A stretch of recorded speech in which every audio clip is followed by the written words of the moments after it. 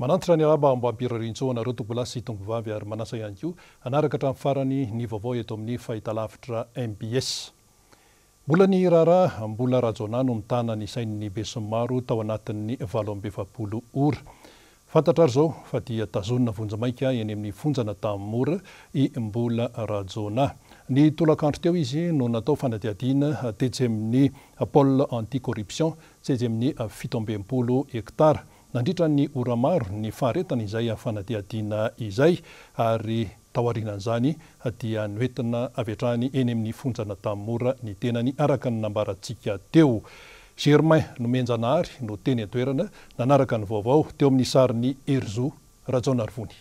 Taorian'ny fisamborana omaly izay voalaza fa tamin'ny fomba tsy ara-dalàna any mbola Rajona na imbola Tafaray teny Antsabe izay mpandrarano sady mpanolo-tsaina ny filoha teo aloha Rajaonary Mampianina ary rehefa notazomina tao amin'ny sampana amin'ny sanany Adeloka Bevava na ny BC Tetsy Anosy dia nentina avetrany teny amin'ny PAC na ny pôle anti-corruption teny 67 hektara indray izy androany tolakandro teo natao fanadihadiana. Taorian'ny fanadihadiana izay natao azy izay no nahafantarana fa tonga dia notazomina vonjomaika eny amin'ny fonjana Tanimora avetrany ity mpandraraha ity. Nanomboka tamin'ny 3 ora tolakandro teo ny fakanambavany azy ary naharitra ora 3 mahery kely zany. Fantatra ihany koa fa rehefa nitaky ny mpiaro azy dia androany maraina vao nampafantarina ny vesatra iampangana any mbola Rajona. Raha ny fanazavana izay voaray nandritry ny fisamborana azy omaly dia tsy nisy ny didy fampisamborana no tsy nisy ny fiampangana azy ary avetrany dia notazomina tao amin'ny BC na ny polisy misana ny Eloka Bevava etsy Anosy izay fantatra fa tsy nisy ny fanazavana. Taorian'ny fanadihadiana izay natao any mbola Rajona tetsy amin'ny pôle anti-corruption 67 hektara ity mo dia nisafidy ny tsy resaka tamin'ny mpanao gazety mihitsy ny manodidina ity raharaha ity ny mpisolovava azy andrasantsika ny toy ny vaovao.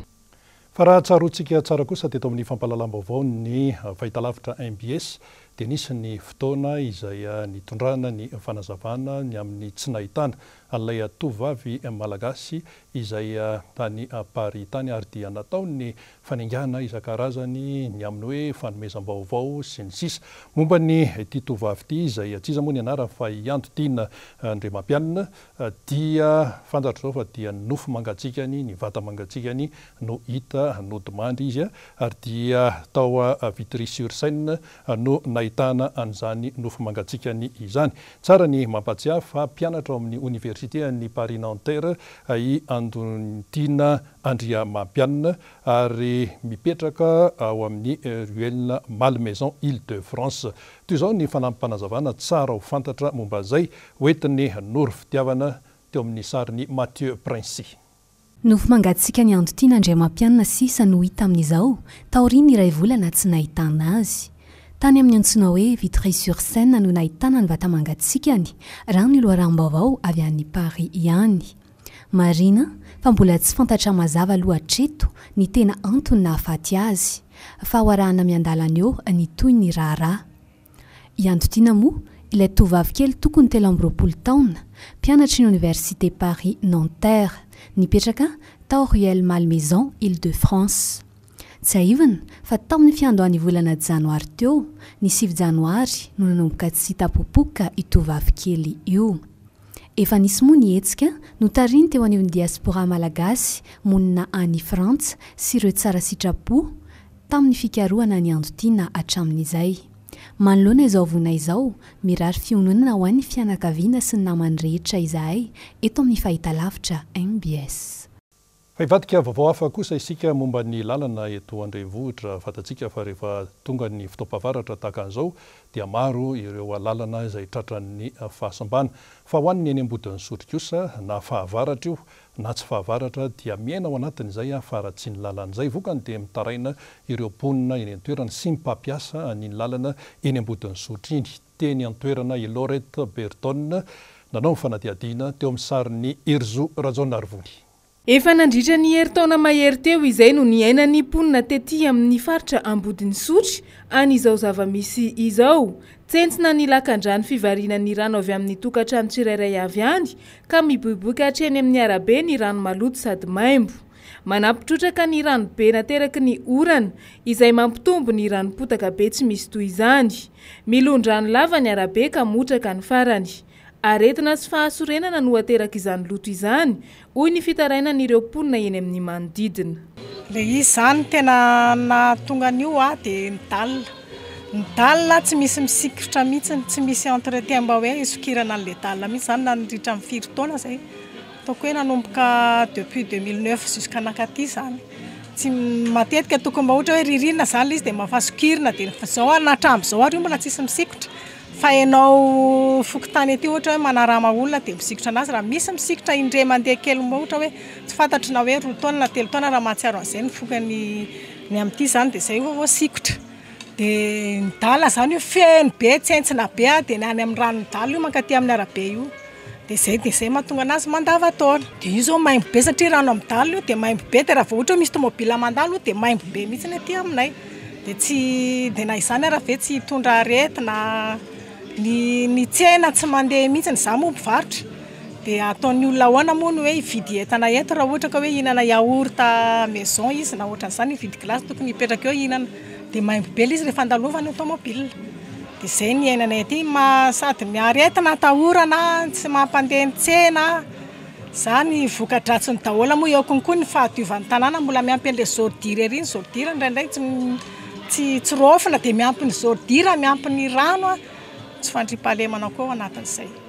Ety aminay zany ny iainanay ety Ambodisotry ety tsy fandriampahalemana manjaka ny rano dobo-drano manomboka hatrery ka hatrary amitanareo akaiky ny total ary dibo-drano be tsy sotry zany.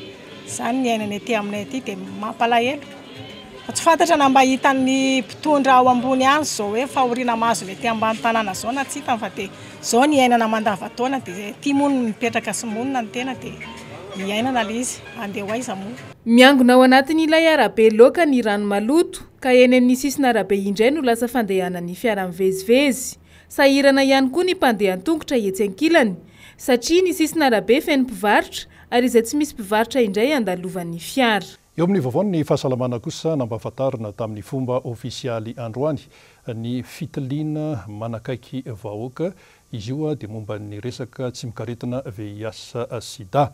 Ny teto amin'ny commune Antananarivo renivohitra aloha no nanomboana ny hetsika ary na ny olon-tsotra na ny fikambanana dia mena fiofanana mifandraika amin'izany.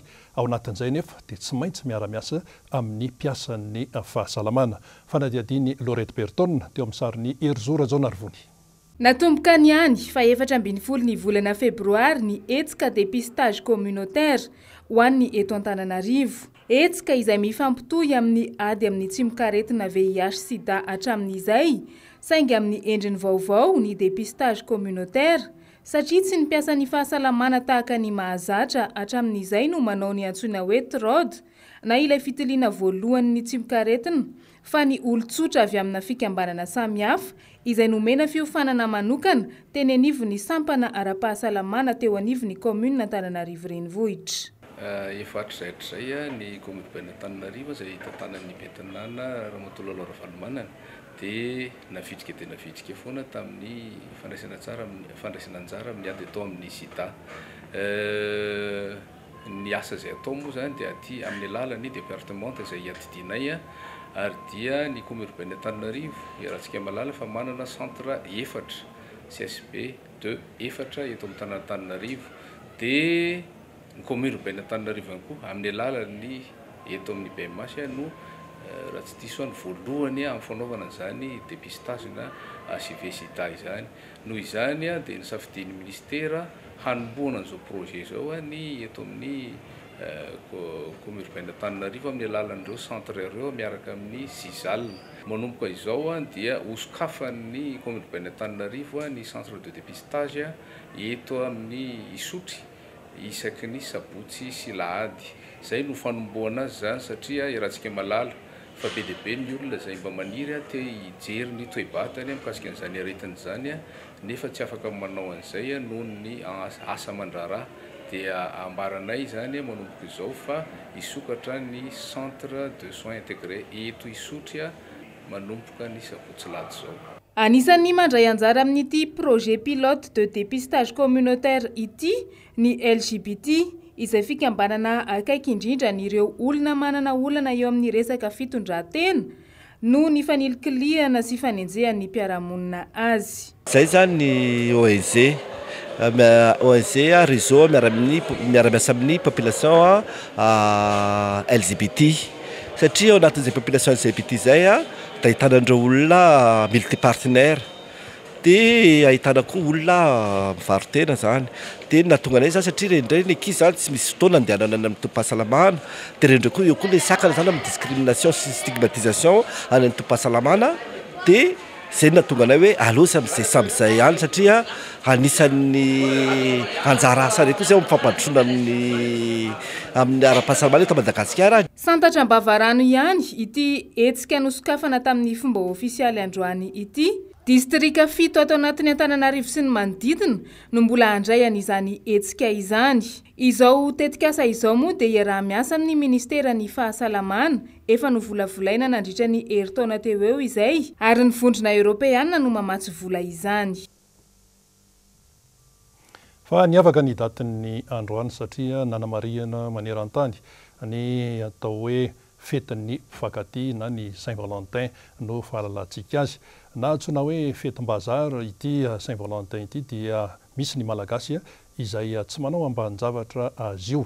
Raha vao miresaka an'izay dia mbi ao an-tsaina avy hatrany ny amin'ny hoe ahoana no atao mba hampaharitra ny fitiavana sy ny sisa, inona ny torohevitra maro samihafa ao anatiny izy io ary dia anisan'ny fanontaniana mahaliana ny malagasy tokoa izay resam-pitiavana izay. Toy izao ary ny fanadihadiana teny rehetra teny nataony Jessica Miray teo amin'ny sarin'ny Manu Randriamalala. Fa 14 ny volana Febroary. Saika mahafantatra ny manamarika ity daty ity avokoa angamba ny ankamaroantsika dia tsy inona izany fa ny fetin'ny mpifankatia na ny Saint-Valentin. Na dia marina ary fa hoe tsy dia mbola tafapaka amintsika malagasy loatra ny fankalazana azy noho ny fahasahiranana sy ny rotorotom-piainana. Ny andro androany no entina ankalazaina ny fetin'ny mpifankatia. Fa inona ary izany no torohevitra mba hampaharitra tokoa ny fitiavana eo amin'ny olon-droa. Nanantona mpanabe ary izahay mba hanome fanazavana ny mahakasika izany.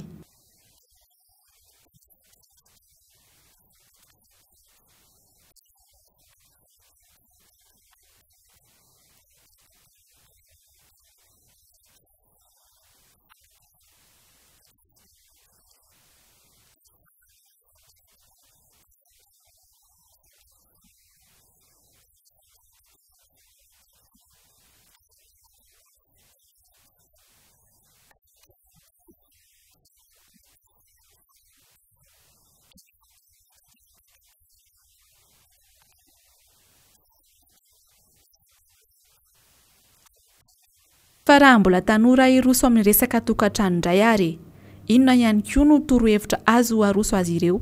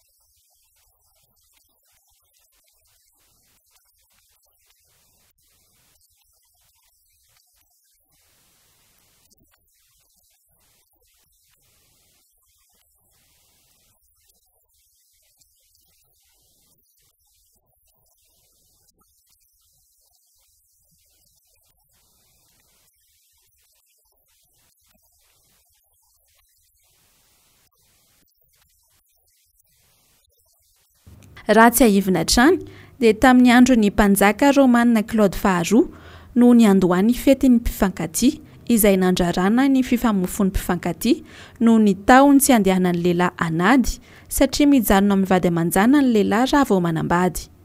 Ny pretra katolika iray antsoina hoe Valentin araka izany no niezaka nanamasina antsokosoko ny fifamofona. saingy notapahindoha i Valentin ny fa 14 ny volana febroary taona 700 natsangana olo masina piaro ny mpifankaty kosa izy nanomboka ny taona 1970 araka izany samy manana fomba hanamariany an'izay fetiny mpifankaty izay ny rehetra fa ny akamaroan'ny olona kosa indrindra ho an'ny mpino dia samy manaiky fa manana ny lanjany raha oharina amin'ny hoe sehatra hafa ny lasany vavy mifankaty izay ahorina sy amafisina eo anatrehan'Andriamanitra. Etsika momba n'izany indrindra no nototosaina teny amin'ny FJKM Ambonorina Sabotsinamehana. Andeha aroarahantsika ny momba n'izay hoe fifankatiavana mafisina eo anatrehan'Andriamanitra izay teo amin'ny rindran-tsarin'ny Rivo Rajaonarivelo. Niavaka tokoa ny fitoam-pivavahana tetsy amin'ny FJKM Ambonorina Sabotsinamehana ny alady teo tao anatin'ny fanamariana ny vokatry ny sampana tanora kristianina izay mpivady tonga niatrika izany fitoam-bavaka izany dia nanamafy ny fifankatiavany teo anatrehan'Andriamanitra. Ny tolakandro kosa no niantrehana ny antsona hoe fiderana maro loko nahitana atsankira disy hetsika isan-karazany filatrony ny mpivady nanao fitafy malagasy fantatra fa ny alady zao no izarana ny fankasitrahana ny rehetra izay nandray anjara. Eo amin'ny fanatanjahantena kosa efa samy manoma tena mafy dia mafy amin'izao fotoana izao ireo ekipa izay tafita any amin'ny akatoka ny famaranana eo amin'ny fiadinan'ny Ligue Analamanga amin'ny baolina kitra. Anisan'ny tafita amin'izany akatoka ny famaranana izany ny ekipa ny USK Foot izay mitondra ny fanevan'ny commune Antananarivo renivohitra. Amin'ny alady zao izy ireo no ikatroka amin'ny ekipa ny COSFA amin'izay demi-finale izay. Atao anatin'ity fanadiadiana ity ihany koa no anarahantsika ny resaka fohy ny fanaovana tamin'ny Desmonstre. Desmonstre izay anisan'ny kitany baolina kitra teto Madagasikara tany amin'ny taona 20 sy ny taona 90 ary dia hoarahantsika indrindra momba izay teo amin'ny sarin'ny Rivo Rajaonarivelo. Mizotra nitsangany sy andavany ny fanazarantena ny USK Foot, ekipa mitondra ny fanevany commune Antananarivo renivohitra. Fanazarantena etsy amin'ny kianjan'ny Mahamasina mialohan'ny antrehany ny lalao akatoky ny famaranana amin'ny Ligue Analamanga baolina kitra ifanandrinany amin'ny ekipa ny COSFA amin'ny lahady zao. No amafisana ny fiarahampilalao, eo ihany koa ny fiarovatena, ny fivezivezen'ny baolina mitondra makany amin'ny fanakobanana ny araton'ny mpifanandrina, eo ihany koa ny fanenjehana ny baolina eny amin'ny mpifanandrina aminy. Raha misy ny fitovian'ny isa mazava loatra amin'izany akatoka ny famaranana amin'ny lahady zany fanandrinana amin'ny COSFA dia miafara any amin'ny tir au but izay tsotsoromamba isarahana ka tsy natao ambanin-javatra ny fanazarantena momba n'izay tir au but izay. Fantazana teny amin'ny kianjan'ny Mahamasina ihany koa i Desmonstre. Desmonstre izay mpilalao manana ny lazany tamin'ny taona 20 teo amin'izay tontolo ny baolina kitra teto Madagasikara izay. Ny ekipan'ny AC Sotema ny Mahajanga no tena nahafantarana an Desmonstre niaraka tamin'ny Kiki, ry Alban, Frédéric, Ferdinand, Mpiandry Tsadoby sy ny maro samihafa. Nanana ny naizy azy ihany koa i Desmonstre teo anivon'ny ekipa pirenena malagasy tamin'ny fotoanandrony dia ny Club M izany niarahana tamin'ny mpanazatra allemand Peter Schnittger. Resadresaka ny fanaovana tamin'ny Desmonstre teo amin'ny sarin'ny Rivo Rajaonarivelo. Football tamin'ny ataoko aloha lasalasa lavitra sady findra ekipa koa ny tena izy. Satria ohatran'ny eny moa raha Sotema dia niala tany zay. Dia nandeha ACT. Dia namozy Simelta dia zao sy minosy be dia donana soavina farany. Izay nanaovako premier division farany. Tena raha resaka Club M mandray tena nampiova zavatra mihitsy nampiovavany Schnittger teto. Natsara ny football gasy mihitsy zany teto. Fa vaovao hafa dia hafa mihitsy kosa no anoizantsika ny vaovaon'ny fahitalavitra MBS. Anisany nanaitra an'izao tontolo izao tamin'ity androany ity nahafantarana fa dia hijanona ny famokarana ny fiaramanidina Airbus 380 amin'ny taona 2024 no ivarotra farany anytia fiaramanidina goavambe ity ny orinasa Airbus. Misy ny antony mahatonga zany ary tsara manamarika fa isika eto Madagasikara dia manana Airbus fa Airbus A340 raha toa ka ny Boeing no tena nazatra ny malagasy hatrany amin'ny Repoblika voalohany dia tao amin'ny vanim-potoana ny teteza mita tao no vidianana ny Airbus A340 isika ho antsika eto Madagasikara. Tratra ny fahasairana tanteraka ny orinasa Airbus amin'izao fotoana izao ary anisan'ny manaproven zany ny fanajanonana ny famokarana nyity Airbus A380 ity. Dia ho rahantsika ary momba an'izay teo amin'ny rindran-tsarin'ny Mano Randriamalala. Fanapahan-kevitra feno fahasahina no noraisiny mpitantana ny orinasa Airbus ny amin'ny ampitsarana ny famokarana ny Airbus A380 ka ny taona 2024 no ivarotan'izy ireo farany izany fiaramanidina Airbus A380 izany. Tsotra dia tsotra amin'ny fanazavana dia ny hoe lafo loatra aloha ity karazana fiaramanidina goavambe ity ary teo dia teo ny fiainan'ny famandrian'ireo ampividy tsara manamarika fa ny kompania Emirates no tena mampidi-bola ho an'ny Airbus amin'ny famandriana izany Airbus A380 izany kanefa nanapa-kevitra ny kompania Emirates fa dia hiala tsikelikely ary nampiena ny famandriana ity karazana fiaramanidina ity. Misy ihany koa ny mpifaninana tena faran'izay enjana dia eo ny Airbus A350 ary eo indrindra ny Boeing 777X. Izay ihany koa no namarana ny vaovaontsika teto amin'ny fahitalavitra MBS izay isaorany ianao naritra hatramin'ny farany. Mankasitraka tompoko.